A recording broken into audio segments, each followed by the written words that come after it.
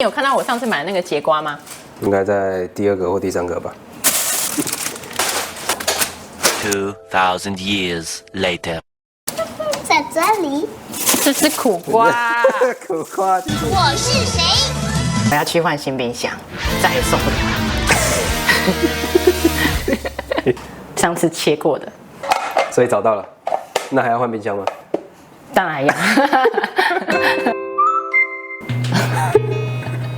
好美哦。睡在这里面好了。嗯，可以耶，好符合我们家哦。对啊。今天我们要来开箱我们的新冰箱哦，顺便来跟大家分享一下买冰箱的一些注意事项。现在我们先来把旧冰箱的东西搬出来吧。弟弟，走。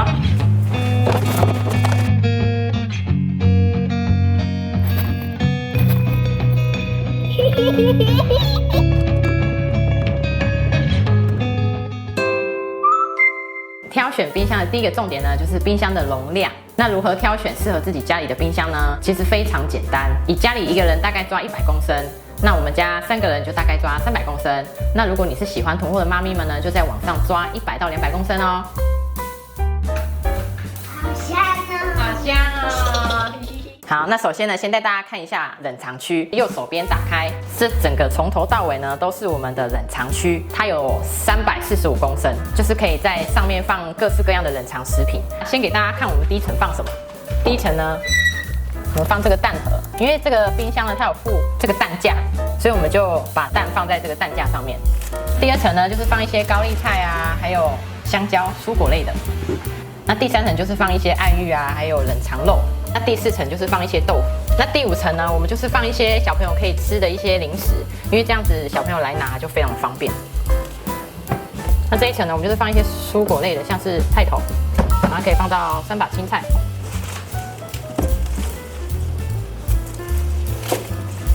最后一层呢，我们就是放一些水果，像是火龙果或是芭乐。就是它这边没有做那个置物架，所以你可以打开菜盒看看。如果门是90度的状态，基本上它也是可以打开的。你可以打开再拖回去看看。所以像这样子，就是那个小家庭，另外一面是墙的话，就算你开90度也可以打开，就不会撞到。这一点设计的那个非常好。哦。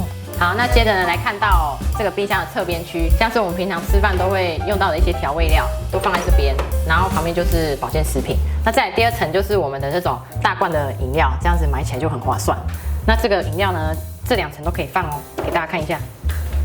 那这一层呢，就是因为比较符合小朋友身高，所以我们这一层就会放一些他可以喝的一些饮料，还有优酪乳跟豆浆。好，那接着呢，带大家看一下这个冰箱的冷冻区。这个左手边打开呢，从头到尾都是冷冻区的空间，它有202公升，跟我们旧冰箱相比，就大概多了3倍的空间哦。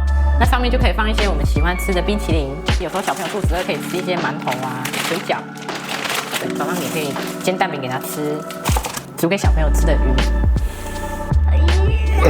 那侧边的部分呢，就可以放一些我们平常天气热的时候很喜欢吃一些冰棒啊。对了，还有这个。我个人觉得很酷的，买冰箱会附的制冰盒，它就在上面放水进去，然后这样转一下，就可以把冰块倒进去下面，所以算是非常方便的制冰盒。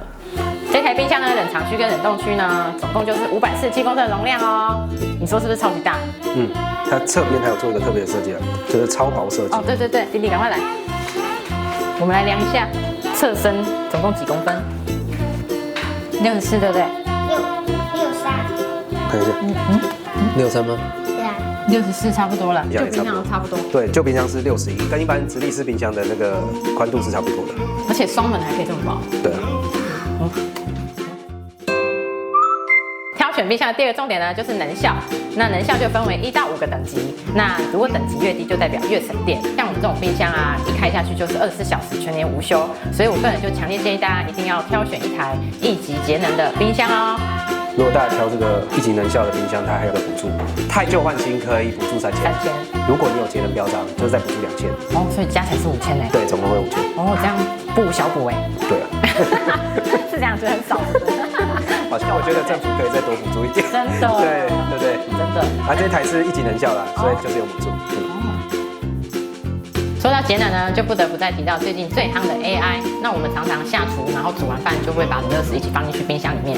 那这时候呢，就可以启用一下大同冰箱的 AI 智能模式。这里有2个模式，现在是 AI 模式。那它就可以自动感测食品温度哦。接下来它还有另外一个模式是急速冷冻模式，它就会温度会自动变成-24度。那像是快融化冰放进去一下就可以吃哦。你如果不想要 AI， 也不想要急速冷冻，你也可以自己调节温度。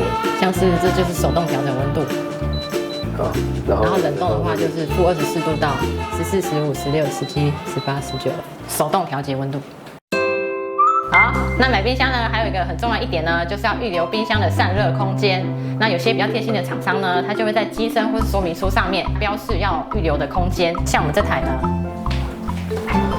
它就是在这边有标示前后左右，要各预留10公分，可以让这台冰箱更耐用哦。啊，对了，冰箱送来之后不要马上插电，等到4到6个小时杂质沉淀之后再插电会更耐用哦。分享这么多呢，大家应该都可以挑到属于自己的冰箱哦。那如果你真的不知道怎么挑选的话，就挑这台超美的大头冰箱吧。那妈妈一个人。我们是咪咪也夫妻，下次见，拜拜。